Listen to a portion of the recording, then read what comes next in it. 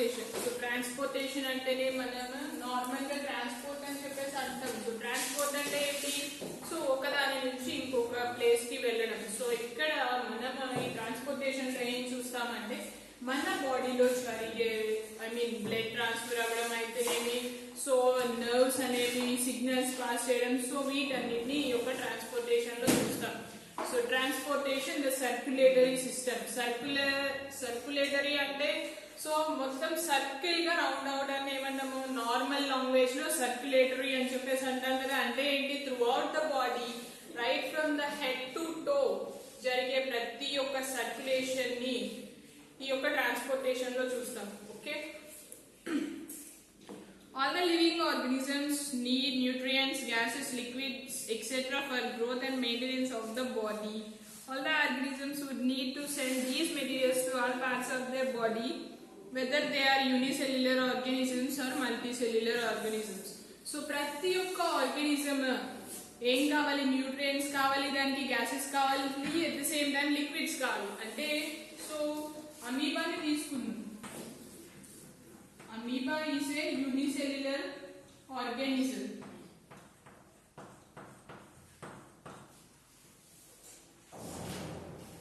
So unicellular organism అని చెప్పేసి అంటున్నాం. అంటే దీంట్లో ఒక సెల్లే ఉంటుంది. ఆ ఒక్క సెల్లే ఏం చేస్తుంది? దాని యొక్క బాడీలో ఉండే ప్రతి ఒక్క ఫంక్షన్ ని చేస్తుంది కదా. ఎట్ ద సేమ్ టైమ్ ఒక పార్ట్ నుంచి అది ఫుడ్ ని తీసుకుంటుంది, ఇంకో పార్ట్ నుంచి అది ఎక్సెస్ గా లిక్విడ్స్ ఎక్స్క్రీట్ చేస్తుంది కదా. అంటే యూనిసెల్యులర్ ఆర్గానిజమ్స్, మల్టీసెల్యులర్ ఆర్గానిజమ్స్ అన్ని ఏం జరుగుతున్నాయి? రెస్పాండ్ అవ్వడం జరుగుతుంది. సో అంటే లిక్విడ్స్ ని తీసుకుంటాయి, ఎక్స్క్రీట్ చేస్తాయి. సో ఇద్దరు యూనిసెల్యులర్ అయినా మల్టీసెల్యులర్ అయినా సేమ్ అదే ప్రాసెస్ అనేది జరుగుతూ ఉంటుంది. సో ఇంకా ఏం చేస్తాయి? సో తీసుకున్న ఫుడ్ మిగతా బాడీ పార్ట్స్ కి వెళ్తుంది. సో మౌత్ నుండి తీసుకుంటే అది ఎక్కడికి వెళ్తుంది? నార్మల్ గా స్టమక్ లోకి వెళ్ళిపోతుంది. సో స్టమక్ దగ్గర ఏం జరుగుతుంది? ఇదంతా అబ్జర్వ్ చేసుకొని సో ఎనర్జీగా మిగతా పార్ట్స్ కి సెండ్ చేయడం జరుగుతుంది. ప్రతి ఒక్క ఆర్గానిజం లో ఇలాగే జరుగుతుంది. At the same time plants లో కూడా ఇలాగే జరుగుతుంది. రూట్స్ నుండి వాటర్ ని తీసుకొని మిగతా పార్ట్స్ అన్నిటికీ అది ట్రాన్స్ఫర్ చేస్తూ ఉంటుంది. నెక్స్ట్ చూడండి, in unicellular organisms these may not have to be transported to longer distances, while in multicellular forms have to be sent substances to long distance as far as say over 100 feet for the tall plant on earth. So unicellular organisms లో so ఒక సెల్లే ఉంటుంది కాబట్టి ఆ ఒక్క సెల్లే ఆ యొక్క యూనిసెల్యులర్ ఆర్గానిజమ్స్ పెద్దగా ఏమి గ్రో అవ్వవు కదా. సో ఒక సర్టైన్ మాస్ వరకే అవి గ్రో అవ్వడం జరుగుతుంది. సో అవి ఏం చేస్తాయి అంటే ఎక్కువ దూరం మిగతా మెటీరియల్స్ ని పంపించే ఛాన్స్ ఉండదు. అదే ప్లాంట్ ని తీసుకుంటే ప్లాంట్ వచ్చేసి 100 feet ఉండొచ్చు, 50 ఉండొచ్చు, ఎంతైనా ఉండొచ్చు. సో కింద నుండి పైకి వెళ్ళేటప్పటికి ఏం జరుగుతుంది? సో ఎక్కువ టైం పడుతుంది. సో కింద ఎక్కడ రూట్స్ దగ్గర వాటర్ తీసుకుంటే అది దాని యొక్క స్టెమ్ ఏమో ఇన్స్టెడ్ ఒక సర్టెన్ హైట్ కి వెళ్ళినప్పుడు ఈ కింద ఉన్న వాటర్ అక్కడికి వెళ్ళాలంటే సో చాలా సెల్స్ ని, టిష్యూస్ ని అవన్నీ కలిసి పంపించడం జరుగుతుంది.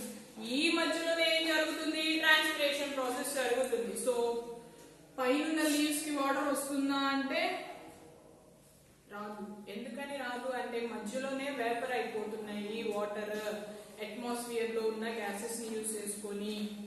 సో ఇలా ఈ ప్రాసెస్ అంతా జరగాలంటే టైం పడుతుంది కదా. వెరాస్ యూనిసెల్యులర్ ఆర్గానిజమ్స్ లో అలా టైం పట్టదు, మల్టీ సెల్యులర్ లోనే పడుతుంది. Because different types of cells ఉన్నాయి. ప్రతి ఒక్క సెల్ కి ఆక్సిజన్ ని ట్రాన్స్ఫర్ చేయాలి, న్యూట్రియంట్స్ ని ట్రాన్స్ఫర్ చేయాలి కాబట్టి సో ఒకదాని నుంచి ఒకటి వెళ్తున్నప్పుడు చాలా ఎక్కువ టైం అనేది పడుతుంది. In higher animals in lower organisms like amoeba, hydra, etc., all the materials are transported through a simple processes like diffusion, osmosis, etc. So single cellular organisms లో ఉన్న సెల్స్ ఎలాబరేట్ అయిపోయి ఆర్ బ్రేక్ డౌన్ అయ్యి పక్కన వాటికి పంపించేస్తుంది body అంతటికి. So అలా కాకుండా hire animals లో ఏం జరుగుతుంది? Trillions of cells in their body adapt the method of diffusion and osmosis only for the bulk movement of materials would takes years. సో ఏం జరుగుతుంది? ఒక్కసారిగా మనలో గ్రోత్ ఉంటుందా అంటే ఒక్కసారిగా ఉండదు. ఒక్కొక్క స్టేజ్ నుండి మనం పెరగడం సో తినిన వెంటనే మరి పెరిగేయచ్చు కదా. సో అలా పెరగట్లేదు. ఏం జరుగుతుంది, మన సెల్స్ అన్ని గ్రో అవుతున్నాయి. ఒక్కొక్క సెల్ ఒక్కొక్క టైంలో గ్రో అవ్వడం వల్ల ఏం జరుగుతుంది అంటే సర్టెన్ టైం అనేది తీసుకుంటుంది. సో నార్మల్ స్టేజ్ లో ఉన్నప్పుడు అంటే ఇన్ఫాంట్ గా ఉన్నప్పుడు మన చేతులన్నీ ఇంత పెద్దగా కనిపిస్తాయో కనిపించవు. సో ఎలా కనిపిస్తాయి, చాలా చిన్నగా కనిపిస్తాయి. సో డే బై డే మనం ఇయర్స్ ఇంక్రీజ్ అయ్యే కొద్దీ ఏం జరుగుతుంది, ఆర్గాన్స్ లో మనం డెవలప్మెంట్ అనేది చూస్తూ ఉంటాం. To avoid a delay, a separate system is needed to carry the materials much faster and more efficiently. This specialized system that is developed by organisms is called the circulatory system. So ఏం జరుగుతుంది, ఇలాగా ఒకే cell అన్నిటికీ పంపించాలి అంటే మనిషి కానీ ఏదైనా చెట్టు కానీ గ్రో అవ్వాలంటే ఆర్ యానిమల్ గ్రో అవ్వాలంటే ఏం జరుగుతుంది, చాలా ఎక్కువ టైం పడుతుంది. సో అందుకని చెప్పేసి ఈ సర్క్యులేటరీ సిస్టమ్ ద్వారా సో కొద్దిగా ఫాస్ట్ అవుతుంది. సో 13 years వచ్చినప్పటికీ ఏం జరుగుతుంది, సో బాడీలో చేంజెస్ అనేవి వస్తాయి. ఒక సర్టెన్ హైట్ అనేది రావడం జరుగుతుంది కదా. 10 years లోనే అంత హైట్ బాడీలో ప్రతి ఆర్గాన్ గ్రో అయి ఉంటుందా, ఉండదు. సో ఎందుకంటే సో ప్రతి ఒక్క సెల్ అనేది ఈ యొక్క సర్క్యులేటరీ సిస్టమ్ ద్వారా ఒకదాని నుంచి ఇంకో దానికి మెటీరియల్స్ అనేవి ట్రాన్స్ఫర్ అవ్వడం జరుగుతాయి. We eat solids, we drink liquids and we breathe gases. Do you think that is possible to transport all the 3 types of materials through a single system?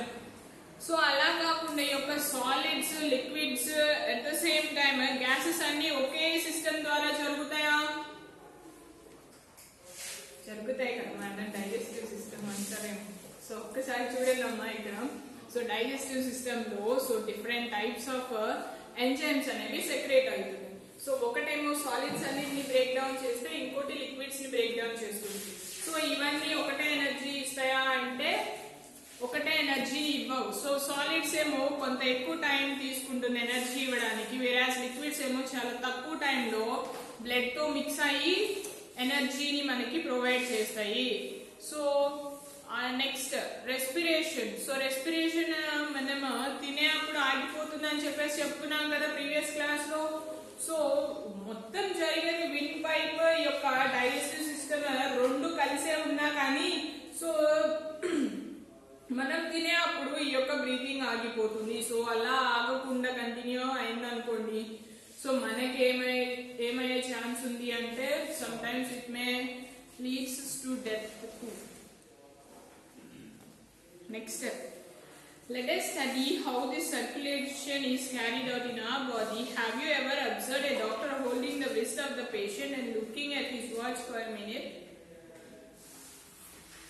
Okay చూడండి, మనం డాక్టర్ దగ్గరికి వెళ్ళినప్పుడు so ఆయన ఏం చేస్తారు, so మన చేయి పట్టుకొని మన యొక్క పల్స్ రేట్ ని చెక్ చేస్తా ఉంటాడు కదా. సో ఎందుకు అలా చెక్ చేస్తున్నాడు, వెదర్ బ్లడ్ ప్రెషర్ అనేది నార్మల్ స్టేజ్ లో ఉందా ఆర్ ఎక్కువ అయిందా అని చెప్పేసి తెలుసుకోవడానికే కదా. ఇంకా ఏం పెడతాడు, సెటోస్కోప్ పెడతాడు కదా. సెటోస్కోప్ పెట్టి వాచ్ లో పాపం చెక్ చేసుకుంటా ఉంటాడు ఎన్ని టైమ్స్ ఇది హార్ట్ బీట్ అనేది జరుగుతుంది అని. సో ఇక్కడ చూడండి ఒక యాక్టివిటీ చెప్తున్నాడు వాడు. సో యాక్టివిటీలో ఏం చేస్తున్నాడు, మన యొక్క ఫింగర్స్ ని రిస్ట్ మీద పెట్టేయమన్నాడు. రిస్ట్ మీద పెట్టేసి సో మనం పెట్టినప్పుడు సో రిథమిక్ సౌండ్స్ అనేవి మనకి అబ్జర్వ్ అవుతుంది కదా. సో ఒకసారి తెలియకపోతే ఒకసారి ట్రై చేసి చూడండి. సో ఏం జరుగుతుంది, సో ఇక్కడ ఏం జరుగుతుంది అంటే pushing your fingers rhythmically up and down. Now let us count the rhythm which is called the pulse for a minute. Now stand up and jog for 1 minute at the same place. Note the pulse for a minute. Take at least 2 readings of your friends in the same manner and record in the following table. So ఇక్కడ ఏం జరుగుతుంది అంటే normal stage లో ఉన్నప్పుడు మన యొక్క heart beat ని check చేయమంటున్నాడు. అట్ ద సేమ్ టైమ్ మనము వాకింగ్ చేసినప్పుడు కానీ ఆర్ జాగింగ్ చేసినప్పుడు కానీ ఏం జరుగుతుంది, ప్రెషర్ అనేది సో ప్రతి ఒక్క ఆర్గాన్ అనేది మూవ్ అవుతుంది కాబట్టి ఏం జరుగుతుంది, బ్లడ్ ప్రెషర్ బాగా ఎక్కువగా ఉంటుంది. సో ఎక్కువ ఉన్నప్పుడు ఏం జరుగుతుంది అంటే హార్ట్ బీట్ కూడా ఎక్కువ ఉంటుంది. ఎందుకు ఎక్కువ ఉంటుంది అంటే మనం బ్రీత్ చేయలేము అని చెప్పేసి రెస్పిరేషన్ క్లాస్ లో ఆల్రెడీ విన్నాం. సో అలాంటి కండిషన్ లో ఏం జరుగుతుంది అంటే మన యొక్క హార్ట్ బీట్ కూడా ఎక్కువ ఉంటుంది. ఎప్పుడైనా మనం స్ట్రెస్ ఫీల్ అయినప్పుడు కూడా ఏం జరుగుతుంది, హార్ట్ బీట్ అనేది బాగా ఎక్కువగా ఉంటుంది కదా. సో ఒకసారి మీరు చెక్ చేసి అదంతా చూడండి.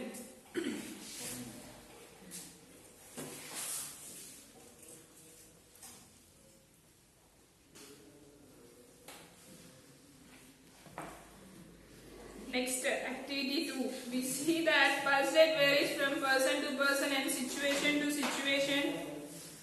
So it is not constant. When you are afraid or excited, the pulse rate goes up. Okay, ఇక్కడ ఇంకా యాక్టివిటీ చూస్తున్నాడు. సో ఇంకా యాక్టివిటీలో ఏంటి అంటే ఒక పర్సన్ నుంచి ఇంకో పర్సన్ కి హార్ట్ బీట్ అనేది వేరీ అయి ఉంటుంది. ఎందుకంటే వీడు బాగా ఎక్కువ స్ట్రెస్ ఫీల్ అవ్వచ్చు, అదర్ పర్సన్ రిలాక్స్డ్ గా ఉండొచ్చు, ఏమైతే నాకేమైతే వాళ్ళేగా పోయేది అని. సో వీడేమో నాకు మంచి మార్క్స్ రాకపోతే మా నాన్న కొడతాడో తిడతాడో, టీచర్ తిట్టిద్దానో పాపం స్ట్రెస్ ఫీల్ అవుతా ఉంటుంది. సో అలాంటి కండిషన్ లో ఏం జరుగుతుంది, వీడి యొక్క హార్ట్ బీట్ ఎక్కువ ఉంటుంది. నార్మల్ గా రిలాక్స్డ్ గా ఉన్నోడదేమో నార్మల్ గానే ఉంటుంది, 72 టైమ్సే కొట్టుకుంటుంది. వీడిదేమో 90 ఆర్ 100 రీచ్ అవుతా ఉంటుంది. సో ఇక్కడ వీళ్ళు ఏం చేశారంటే ఎర్లీ, సో ఈ సెటోస్కోప్ ఇవన్నీ ఇన్వెంట్ చేయకముందు వీళ్ళు ఏం చేశారు, మ్యాచ్ స్టిక్ ని యూజ్ చేసి సెటోస్కోప్ లాగా చేశారు. ఒక షర్ట్ బటన్ ని తీసుకొని దానికి మ్యాచ్ స్టిక్ ని ఇన్సర్ట్ చేసి చూసినప్పుడు ఏం జరుగుతుందంటే ఆ పల్స్ ఏదైతే మనం చూడాలనుకుంటున్నామో సో అదేం జరుగుతుందంటే కొంచెం పాపప్ అవ్వడం స్టార్ట్ అవుతుంది, అంటే పైకి కిందకి అవ్వడం. ఓకే,